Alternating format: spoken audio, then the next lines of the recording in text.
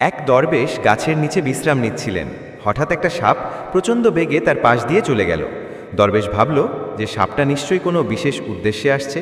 সেই সাপটাকে অনুসরণ করল। হাঁটতে হাঁটতে নদীর তীরে এসে থামল। কিছুক্ষণ পরই একটা কচ্ছপ দেখা দিল। সাপটা কচ্ছপের পিঠে চড়ে নদী পার হতে শুরু করল। দরবেশও নদীতে ঝাঁপ দিল এবং সাপের পিছনে সাঁতার কাটতে লাগলো। সাপটা নদী পার হয়ে এগিয়ে গেল, দরবেশও তার পিছু পিছু এগিয়ে গেল। কিছু দূরে একজন লোক গভীর ঘুমেছিল এবং একটি বিপজ্জনক নেকড়ে তার ওপর ঝাঁপিয়ে পড়তে যাচ্ছিল। ঠিক সেই মুহূর্তে সাপটা বিদ্যুৎ চমকে নেকড়েটিকে কামড় দিল। নেকড়েটা টলতে টলতে বনের মধ্যে ঢুকে গেল। সাপটা তার উদ্দেশ্য পূরণ করে চুপচাপ পাশ দিয়ে চলে গেল।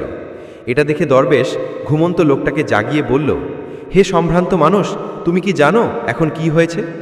তারপর সে পুরো ঘটনাটা বর্ণনা করল।